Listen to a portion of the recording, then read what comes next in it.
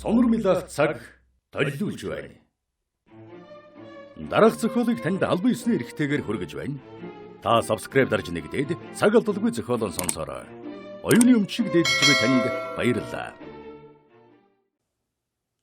Зохиолч Дарсүрэн Онцгой эрх 81-р хэсэг. Симотогийн санаачилгаар Орос Монголын цэргийн удирдлагын яриаг чагнаж тэмдэглэдэг болсон нь их үр дүнд хүрсэнд Комацубара сэтгэл хангалуун байлаа. Холбооны нууц төвд боловсруулсан мэдээг Аяна улс руу хянан шалгасны дараа Комацубарад шилжүүлж Синжинд илтгэдэг болов. Аяна улс 8 сарын ихээр хуруу өндөрлөгт очихдоо явган хорооны тагнуулах хэсгийн дарагтаа уулзлаа. Манайхан явган зэргийн нэг салаатай нийлж улаан Оросын зэргийн нэг хориглолт руу дайрахад тэднийхэн ухарсан юм. Тэгэхэд бид энэ цүнхийг олсон юм. Ингээд нэгэн цүнх үзүүлв. Аяна улс цүнхийг уудалж маш нарын боловсруулсан хуурамч бичиг баримт байгааг мэдээд их сайн байна. Маш чухал бичиг олзолсон байна. Одоохон холбооны төв рүү явуул гэж тушаагаад нэргүй өндөрлөгийн станц дээр ирж фронтынхны болон цахилгааны нэвтрүүлгийн мэдээг сонирхолоо. Тэгээд тэндээсэн хайл ярлуу гарав. Түүнийг эренгүүт Комацубара дуудлаа. Өчигдөр нэг радио нэвтрүүлэг хүлээж авлаа. Оросууд халах голын цаа талд байгуулах бэхлэлтийн талаар гаргасан заавар байна. Ер нь та одоо бидний гарт ороод байгаа энэ баримтуудыг юу гэж үзэж байна? Гэж хартай сэжиглсэн байдлаар асуулаа.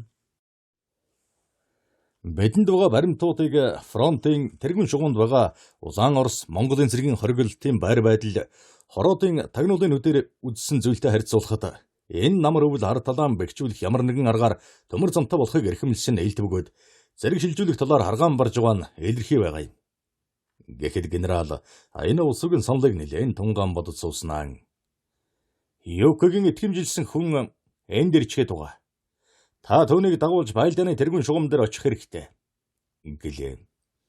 Гака, тэр чинь Байлдааны тэргүүн шугам дээр очиж үгснээ хийх гэж тийшээ саваагүй ч юм бэ. Фронт дээр очиж арх туслаад гай тарж мэдэх юм. Тэр чинь хөдөөхээр явхаараа архины лүү гэсэн үг. Гэхэд Комацубара тэгж болохгүй. Бид улаан Оросоос төрүүлж халах голын цаатал төмөр зам тавих хэрэгтэй. Манай аримын зам харилцаанд хөрөнгөжүүлэх ёстой үйлдвэрийн эзэд урдаан Юкогийн алтыг бариад байгаа юм. Тиймээс арим дэмжихээс өөр замгүй. Чи юу ч гэсэн ойдовтой уулз. Тэр чинь халах голын сүмбэр цагаан нуур хүртэлх газрыг үзэх гээд байгаа юм. Аяна улс зочид буудалд ирэхэд үйлчлэгч түүнийг танимхаар уулзлаа. Аяна улс үйлчлэгчээр ойдвын өрөөг заалгахаар сургалахад ноён хошуучаа би таны өрөөг бэлэн болгочихсон. Ойдуугаа 5 дугаар өрөөнд байгаа. Би дуутах уу? Гэлээ. Хэрэггүй те, би өөрөө очиж уулзъя. Гэд Аяна улс өөрийнхөө өрөөнд орлоггүй ойдвын өрөө рүү алхлаа. Тэгээд ойдвын өрөөнд орж ирээд түүнээс урдж "За ойдвсан саа явж ирвүү. Та хайчих нь" хэмээн албархуу асуугаад өрөөний ядар руу заахад ойдв сая өчрийг нь гадарлан тусгай чагнах багаж төхөр өмжилсөн өрөө гэдгийг мэдэв. "Саа явж ирлээ. Би хотын холбоо руу очино. Би завар муухан байна. Та надтай уулзаж ажил төрлөө тохирох гэж байгаа бол орой уулзах уу?" гэлээ. "За яах вэ дээ. Би одоохондоо бол зав тайл байна. Хоёулаа замдаа ярилцсан ч болно шүү дээ." Гэхэд ойдв дурамжхан маягтай "За та өөрөө бод дээ" гэлээ. Ойдв Аяна улс хоёр өрөөнөөс гарч хайлаарын шуудан хороо руу явахдаа ажлаан ярилцав. "Аяна улс минь шинэ довтлогооны нэрийг тайлж чадсан. Эхлэх өдөр нь тодорхой болсон. Байлдааны зураг Уэдагийн нууц шүгэнд байгаа юм байна. Төвний гэрэл зургийг яаралтай хугацаанд авч төв дамжуулах болоод байна. Тиймээс Рожусай чамайг маш яаралтай хугацаанд Синзийн дэрх шалтгаан гаргаж даалгасан шүү. Нөгөө талаараа фронтын хориглолтын тайм зураг мөн цэргийн хээрийн нисэх буудал бэлтгэл хүч байгаа газруудыг тэмдэглэж ирэхийг чухал гэж үзэж байна" гэлээ. Хориглолтын зурагч бэлэн л байгаа. Харин Комацубара намайг чамтай хамт явуулц гэсэн. Би ихэндээ жаахан дургүй дүр гаргасан. Өөрөө жаахан дурамжхан боловч дээрээс өгсөн шийд гэж бодоод байгаа бололтой байна. Би ямар хүн дагуулж явах болоо гэж айж байсан юм. Одоо санаа амарлаа байна. Чи хар чоны нэг танил Синзинд байгааг мэдсэн үү? Түлхүүр хийдэг дарах нь уу? Тийм ээ, ашгүй чи мэддэг юм уу? Мэднэ. Харин надад Синзин рүү явах боломж гарахгүй. Намаа ганцхан Тазуя Уэдэ хоёр л эндээс дуудах ёстой. Тэгэхээр эндээс тийм ч амархан явж чадахгүй. Тэгвэл эн чинь амжихгүй ажил юм байна да. Өөр арга л бодож олох хэрэгтэй. Гэж хэлсэн боловч Ойдов ямар ч боломж гаргаж чадсангүй. Айнаусуу шүнжэнгөн бодсон боловч олигтой далим гаргах нөхцөлгүй байгааг ухаарад өөртөө цухалдав. Тэрээр Синзинд очих нэг боломж бол хар чонын ажиллагааг унгаж түүнийг хор сурггүй алга болгох хэрэгтэй. Тэгээд Тазияд Юкигийн алтны сургийг гаргаад оргосон байна гэж илтгэвэл Тазия түүнийг дуудаад Шанхай руу явуулах аж. Ингэвэл эцсийн эцэст Рожусын ажил унахад хүргэх аюултай. Тиймээс ийм алхам хийх тухай бодохч хэрэггүй аж. Хоёр дахь боломж нь Симотогийн ажлыг унгах ёстой. Хоригдлын хэсэг дээр байгаа салбар станцуудыг дэлбэлээд Оросын тагнуулууд ирж сүйтгэлээ гэдэг асуудал дэгдээгээд түүнийг шалгачихсан зүйлийн Уэдад биеэрийн танилцуулахаар Синзин рүү шууд явж болох боломжтой аж. Тиймээс өглөө Комоцубаратай уулзаад Ойдов Байлдааны тэрэгэн шугам дээр очино гэж зөрөөд ятгалганд орсонгүй гэж танилцуулаад түүнийг дагуулж Жанжин сүм рүү явах ёстой. Иймээс Айнаусуу хоёр дахь аргаанд туршиж үзэхээр өглөө нь Ойдовтой хамт Жанжин сүм рүү гарлаа. Айнаусуу Ойдвыг Харбинаас яваа төмөр замын зургийн мэрэгжилтэнтэй хамт дагуулж Жанжин сүм дээр ирэхэд Симото өгтөв. Жингээд маргааш нь муу өндөрлөг, зүүн мөнийн өндөрлөг, мухар уулын чиглэлд тавих төмөр замын газар сонгохоор хөдөллөө. Тэд үд өнгөрөөгөөд шар модны чиглэлээр хилээр орж ирээд хэлийн цэргийг удирдсан Моритагийн отряд дээр ирлээ. Гэтэл нар жаргах гэж байтал Байлдааны төвшүүр Японы цэргийн бүх хөргөл дээр зарлав. Симото харилцуур авч хайлаас толын зүүн талд байгаа Такасай өндөрлөг рүү ярьлаа. Тайсадана Оросын танкууд манай бэхэлтийн чиглэлээр довтлох гэж байх шиг байна. Алсад онгоцны дуу нүргэлээд Фуй өндөрлөгийн хавьд бөмбөгний нүргэн гарч байна. Манайхан их бууны гал нээж тэдний довтлогоог няцааж байх шиг байна. Симото тэр дөрөн 26 дугаар хороо 64-72 дугаар хороо руу ярьлаа. Оросын танкууд хооны манханаас хайлаас манхан руу давчих чиглэлтэй довтолж байна. Гэсэн ч манайхан их бууны хүчтэй галнайсан тул довтолгоо зогсоох шиг боллоо. Дайсны хэчнээн танкыг устгасан ба. Манай хохирол ямар байна вэ? Манай талд хохирол байхгүй. Харин Оросууд бараг устсан байх. Ухрах нь харагдсангүй. Та өнөр байдлыг сайн ажиглал, тагнуулууд гаргаж Оросын хохирлыг гаргах хэрэгтэй. Гэд Симото ногоон толгойд хоригдож байгаа 28 дугаар хороо руу удастав. Тайсадона нуурын овооны чиглэл танкууд гарч ирж байгаа бололтой чимээ дэгдээд хайлаастай наад руу их буу онгоцны бөмбөгдөл болж явах шиг байна. Бодвол ихээхэн хүч халах голоор гарч ирсэн бололтой. Байдлыг над руу илтгэж байгаарай. Гэд Симото Айнаусуу руу гэж хошуучаа. Ойдов та хоёр халах гол руу явж болохгүй. Улаан Оросын ихээхэн хүч голоор гарч байгаа бололтой. Тиймээс одоохон Жанжин сүм рүү буц. Бид байдлыг ажиглаад маргааш илтгэнэ. Гэхэд Айнаусуу Симотогийн сонлыг дэмжиж Ойдовыг ятгалаа. Ойдовсан Симото бид хоёр энд үлдээ. Байдлыг харсан ч угаад маргааш очиё. Гэхэд Ойдов арга буюу Жанжин сүм рүү буцлаа. Айнаусуу Симото хоёр тэднийг явсны дараа Бойдог манханаас хөдөлж нууц холбооны төв дээр ирлээ. Тэгээд шөнийн чимээ чагнасан боловч ямар ч төгшүүр гаргасангүй. Маргааш өглөө нь Такасай өндөрлөгтэй холбоо барихад Оросууд урд шинжэнгэн энэ тэндгүй шон зоож байгаа бололтой баахан чимээ дэгдээд байсан. Бодвол хоригдлын өргөсөн тор ирсэн байлгүй дээ. Танкын довтлогоо хийсэнгүй гэж илтгэв. Айнаусуу чи үнийг юу гэж бодож байна? Би гайхаад учрыг олохгүй юм.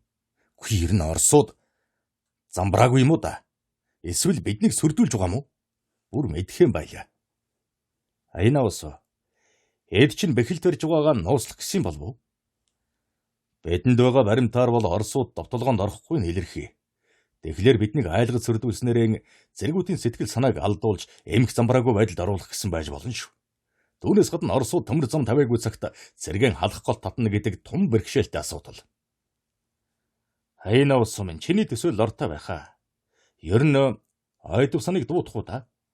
Харин гай болж тэнмэл суманд өрчихвэл яана?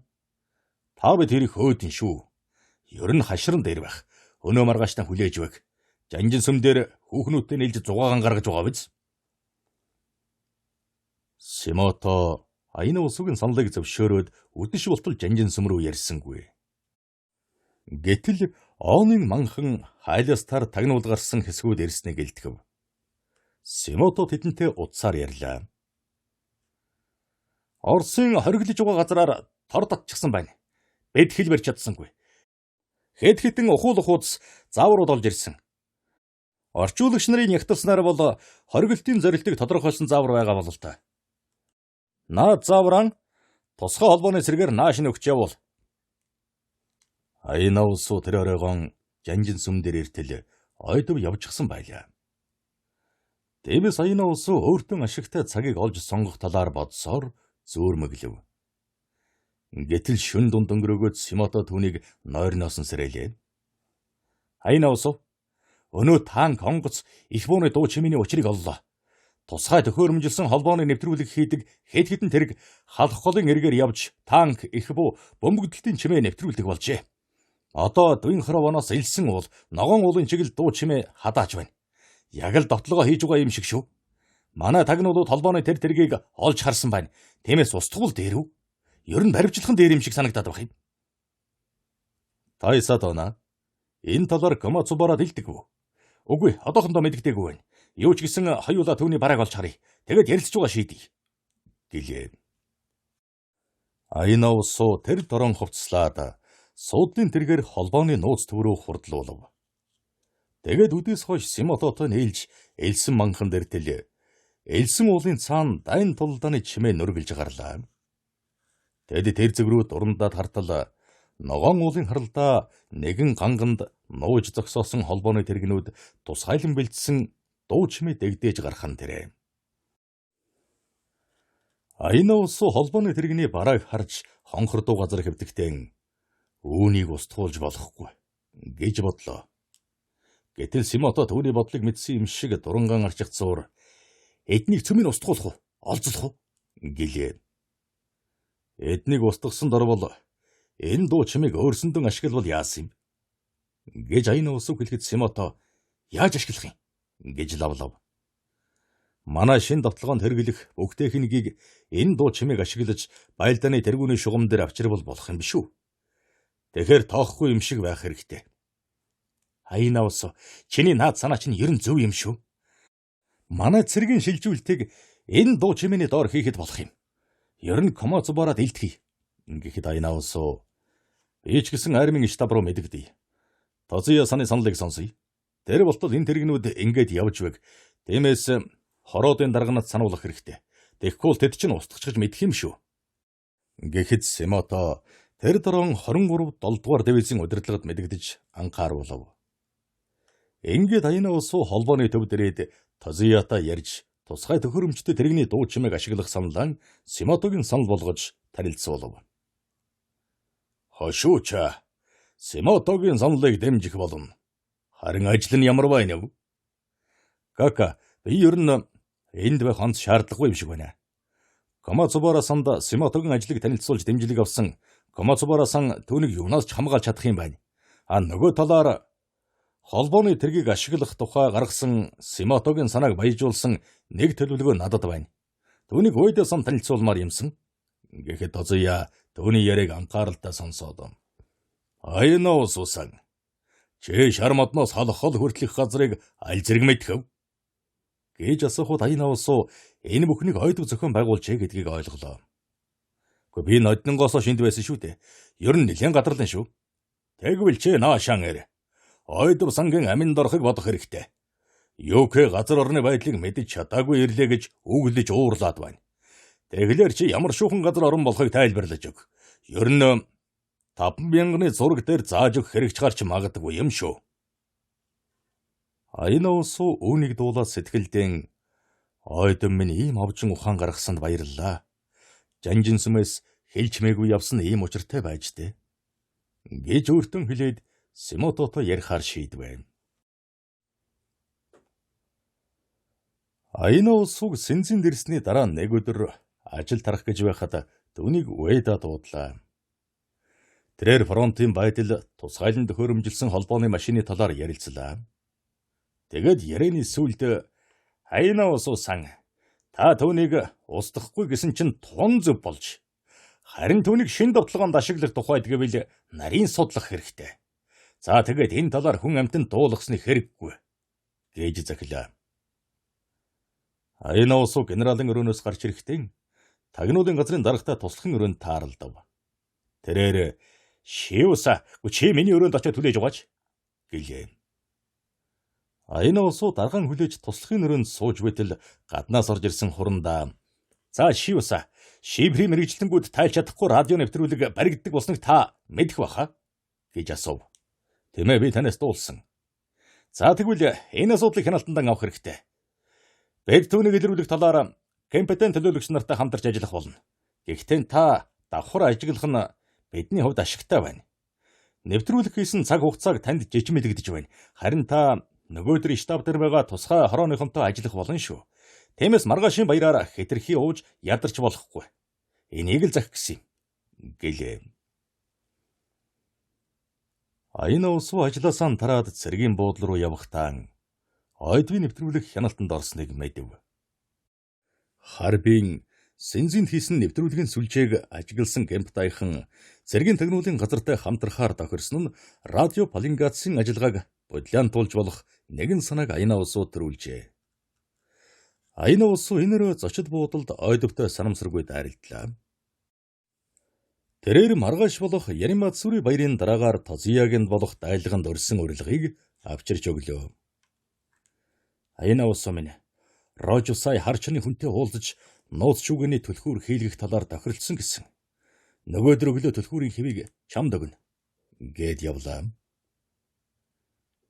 8 дугаар сарын 12-ны Бямб гараг. Энэ өглөө Сэнзэн хотод суурьшсан Гавантуны армийнхан Яримацүри баярт оролцов. Харин Аяна улс өглөө баяр дээр очсны дараа хотын зүүн хэсэгт байдаг Этүнхэ голын эрэг дагуух гудамжны нэг байшин гэзэлдэг дархны газар очлоо. Дархны газар онгоогоогүй болохоор Аяна улс хаалгыг балбтал удаж төдлөгүй 40 шахан насны нэгэн бадрун хүн хаалганы төгжээг тайлгцуур хараал тавин "Шүү болоод учир зүггүй балбаад байна" гэж хятадаар өгүүлсээр гарч ирсэн юм.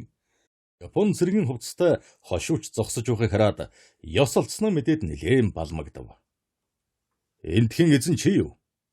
гэж Аяна улсыг асуухад өнөөхөн хятадаар цэвэрхэн ярьдаг Япон даргыг гайхаад үг хэлж чадлагүй толгойд охилоо. Манжуур тогтоосон Японы дэглэмээр бол Япон дарга нарын өдөөс хятад хүн эгцлэн харж болохгүй байгаад асуусан зүйлийг хариулахтаа тэргүүн бүхийлхэн хариулах ёстой. Энэ ёсон алдсан хятадуудыг Японы дарга нар наран улсын Дэнногийн армийг хүндэтгээгүй гэж үзээд жанжиж цээрлүүлдэг ёстой. Тиймээс Японы дээд дарга нарт зориулсан тусгай шахаа бэлдэжээ. Аяна улс цэргийн дүрм гормыг хүндэтгээгүй дархныг халааснаас гаргаж ирсэн алга дарм хэмжээтэй шахаагаар хацарлуун хэд буулгав. "Энэ дархны газрын эзнийг нууц шүүгээний түлхүүр хийдэг гэсэн. Тэгвэл та тэр хүн байх нэ" гэхэд "Эрхэмдээдсэ намайг өршөөж хайрл. Би ёс олдсондан өршөөлгүй. Нөгөө талаар би нууц шүүгээний түлхүүр хийж үзээгүй хүн" гэлээ. Хэдэрлэх хэрэггүй. Тянжин дахь Английн банкны салбарын нууц түлхүүрийг чи харчонд хийж өгсөн биз дээ. Хэрэг хэртдэггүй, хууль хуучирдаггүй юм шүү. Английнхан таныг хайсаар байгаа. Харчин тантай уулзах гэж Сэнзэнд ирсэн. Тэгээд Английн нууц туршуулууд цэжиглэгдээд яасныг чи мэдж байгаа биз? Сайхэр Аяна улсгийн үгийг сонсоод бүр сандарч гарлаа. Тэрээр харчунтай нэг удаа нууцаар уулзсан байлээ. Түүнийг нь Тозия мэдсэн аж. Харин энэ хүнийг Тозия хэрэгтэй үедэн ашиглахаар шийдэж дуугүй өнгөрөөснийг Аяна улс гадралжээ. "Ноён дарга, би хийж чадах юм болов уу да?" гэхэд Аяна улс "Чи хийж чадна. Хэрвээ гараа гаргаж хийвэл үн хөлсийг чинь өгнө. Тэгээд урдын чинь явдлыг сөхөхгүй. Чамд ерийн байдлаар амьдрах болцоо олгоно. Хэрвээ түлхүүр их загвараасан өөр болсон бол хэрэг явдал өөрөөр шийдэгдэнэ гэдгийг хатуу анхаарах хэрэгтэй шүү. Нөгөө талаар хоргох зайлах бултах гэсэн хэрэггүй. Энэ цагаас хойш та Байшингасан хэдийд хаашаа явсан, хэнтэй уулзсан, юу сонирхсан, ямар юм авсан зэргийг манайхан хянах болно. Тэгэхээр та номхон хүлцэнгүй байх нь дээр шүү. Гэж хэлэхэд сайхэр толгой дохино. Аяна улсуу дархантай ингэж ирээд удамжруудан явхад өнөөхөн сэтгэлдэн энэ хошууч намайг сорж шалгахаар шийдлээ шүү. Тиймээс ямар ч түлхүүрийн загвар өгөлгүй явлаа гэж бодоод хоцорчээ. Аяна улсуу орой Тозиягийн цайлаганд очлоо. Дайлаг 2 цаг хагас хүртэл үргэлжилв. Армийн удирдлагаас ирсэн ихэнх дарга нар өндөрлсөн боловч халах голын бэхэлтийг удирдсан инженер генерал, Харбинаас ирсэн Хурандаа Сафранов, армийн зам харилцааны асуудал эрхэлдэг Хурандаа Учида зэрэг хэдэн хүмүүс үлдлээ. Харин Уэда дайлагын ширээний хүндэтгэлийн суудал дээр сууж байснаа Тозиятан илж зочдын өрөөнөөс хараад төвний өрөөнд оржээ. Уэда согтсон үедээ Саяокогоос төвөгшөөдөг байлаа. Тэрээр архин халуулчихсан үед Уэдаг өвөртөн оруулдаггүй болохоор согтуу үедээ архин гаргаж байж харьдаг намтай. Тиймээс Тозияганд нэлээд сэржимтсэн Уэда архин гаргаж байж харах ёстой аж. Тозия өрөөндөн орхон өмнөхөн Юкиг дуудаж ширээ засуулж хараа гэсэн боловч Тозия өрөөндөн орж ирээд Уэда-сан хоёулаа энд жаахан сууж хатуухан юм балгая гэд Голланджийн задлав. Тозия Уэда хоёр инхүү тухтай сууж амарч байхад зочдын өрөөнд үлдсэн Аяна улсууд цагаан харвал 24 цаг болох гэж байлаа. Эрхэм хүндэт дарга нараа одоо өндөрлөе. Цаг оройтлоо гэхэд дарга нар суудлаасан босов. Бэхлэлтийн инженер их согтсон болохоор Юки Мокисан та эндээ хоноод явах уу да гэж хэлтэл нэг ахмад би хүргэж өгнө гэхийг аживал түүнийг хамгаалж яваана л дээ. Та нар жаахан сууж наригцгаал да. Би аавд халуун цай оруулж өгөөд ирье гэд Юкиг гарахад ширээний яраас боссон дарга нар буцаж сууцгаалаа. Чухам энэхэн үед үйлчлэгч нар орж ирээд ширээнийхэн эдээ будааг солин шинжилж нөгөө өрөөнөөс бүжигчин дуучин гээшнэр орж ирээд дарга нарын уйдгарыг гаргаж хөгжимтөн бүжиглэв. Ийхүү үргэлжилсэн наргаан 2 цаг хүртэл үргэлжлээд өндөрлөө. Аяна улсуу хэдэн дарга нартай хаалгаар гарах гэтэл амандан тамхицуулж явсан ойдов. Аяна улсуусан та шүдэнцэн гаргаач гэхэд Аяна улсуу хаалгаар гарч байгаа дарга нараас ялгүй үлдэсгийгээд ойдвын янжуурыг асааж өгтөл. Хоёулаа өглөө 10 цагт тамхины дэлгүүрт уулзъя гэлээ. Аяна улсуу өглөө хажуухан босоод штаб руу ярьлаа. Сайн өдрийн ээлжинд сууж байгаа тусгай даалгавартай хүмүүс радио Палингацын дэргэдээс холдоогүй ажээ. Аяна улсуусан та 21 цагаас өглөөний 9 цаг хүртэл ажиллах ёстой. Та өөрөө ирэх үү? Унаа явуулах юм уу? Гэж асуулаа. За би өөрөө очино. Гэд Аяна улсуу цагаан тохируулв. Тэгээд ойдвтой уулзахаар зочид буудлаас зайдуухан байгаа тамхины дэлгүүрлөөс ажиллалаа. Аяна улсууг нэг бодол янжуур авч байтал ойдв орж ирлээ.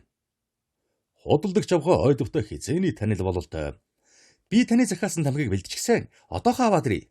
Гэд хажуугийн өрөөний хаалгаар уяргав. Авгаа өрөөндөн орсны дараа Рожуса энэ хэвийг өгүүллээ. Үүнийг өнөөдрийн дотор хийлгэж бэлэн болохыг даалгасан. Хоёулаа өдийн хоолноор зоогийн газарт арилдъя. Гэж хэлээд хотын захад байдаг нэгэн зоогийн газар цаг болзов. Аяна улсуу тамхины дэлгүүрээс гарч дархны газар руу явлаа. Чингэд хагас цагийн дараа дархантай уулзаж танд яггүй ажил авчирлаа. Үн хөлсөн дээр гар татахгүй. Ганцхан өнөөдөр багтааж авна. Тиймээс танд 1000 йен өгье. Одоо үнийг авч бай. Гэд 500 йен өгөхөд дархан гайхсандаа нүдэн том болгон Аяна улсуугийн царай өөд ширтлээ. Би хичээж хийн харин надад барагтайхан төмөр бай. Сайн төмөр олж ирдэг юм билүү дээ. Гэхэд Аяна улсуу хэрэггүй. Бага төмөрөөрөө хийчих. Гэд түлхүүрийн хэвийг өгөөд гарахтаа оройн 19 цагт ирж авна гэлээ. Аяна улсуу болдсон цагтаа зоогийн газар ирэхэд ойдв түүнийг хүлээж байв. Маргааш өглөөний 3 цагт штабын байшингийн доод давхрын бизнес газрын цонхны дүгжийг сулсан байх хэрэгтэй. 3 цагаас хойш 15 мөчийн хугацаанд штабын дээд давхруудаар ганц ч хүн явуулахгүй байх хэрэгтэй. Ялангуяа Ведагийн өрөөрөө хүн алхуулж болохгүй. Энэ хугацаанд тийшээ очисон хүнд саад болох нь чухал. Хэрв зайлшгүй хэрэгцээ гарвал 20 мөчийн турш хамгаалах болно. Та миний цагтаа цагаа тааруул. Би түлхүүрийг авахгүй. Харин та бие засах газрын энэ хаалганы усны дээд савны тагны дотор талын төмөрт өлгсөн байх хэрэгтэй. Гээд нэгэн зураг гаргаж үзүүлв. Ийхүү яриаган тохируулсан ойдов зоогийн газраас гарч явхад Аяна ус өглөөнөөс хойш юу ч идээгүйг нь санаад "За одоо ч тухтайхан шиг хооллоё" гэж бодлоо. Аяна ус 19 цагт 10 мөч дутуу байхад дархны газар ирлээ. Гэтэл дархан түлхүүрээ хийж амжаагүй аж. Тэрээр 7 түлхүүрийн 5 дахь түлхүүрийг хийж дуусаж байлаа. Дархан Аяна усыг хараад бүрж твдэж байгааг мэдэнгүүд тэрээр дарханд саад болохгүй хичээж дархны газраас гарч зэрэгэлдэх гудамжны цэцэрлэгт очиж цаг өгцөөлөө. Тэрээр цаг шахам гадаа суусны дараа дархны газар руу орохоор босдол нэгэн хятад гудамжны хогийг шүүрдэж байгаа харагдав. Аяна усыг орж ирэхэд дархан духныхан хөлсийг арчаад "Дуусхан ч дууслаа. Юу ч гэсэн шалгаатгая" гэд хэвэнд барьж үзснээр "За айлтгүй. Яг таарсан байна" гэхэд Аяна усуу 500 йен өгөөд "Танаа энтхийн гудамжийг ихэр цэвэрлдэг юм байна. Цэвэрлэгч нь их ажилсаг хүн юм аа да" гэлээ. "Гүй, уг нь өдөр бүрийн 21 цагаас хойш цэвэрлдэг юмсан. Өнөөдөр ажил гараад эртхэн цэвэрлэж байгаа биз дээ" гэв. "Та өнөөдрөөс эхлээд энд байсан хэрэггүй. Таныг армийн тагнуулын газрын удирдлага сонирхож байгаа. Тиймээс маргааш гэхэд та энэ хотод байж болохгүй.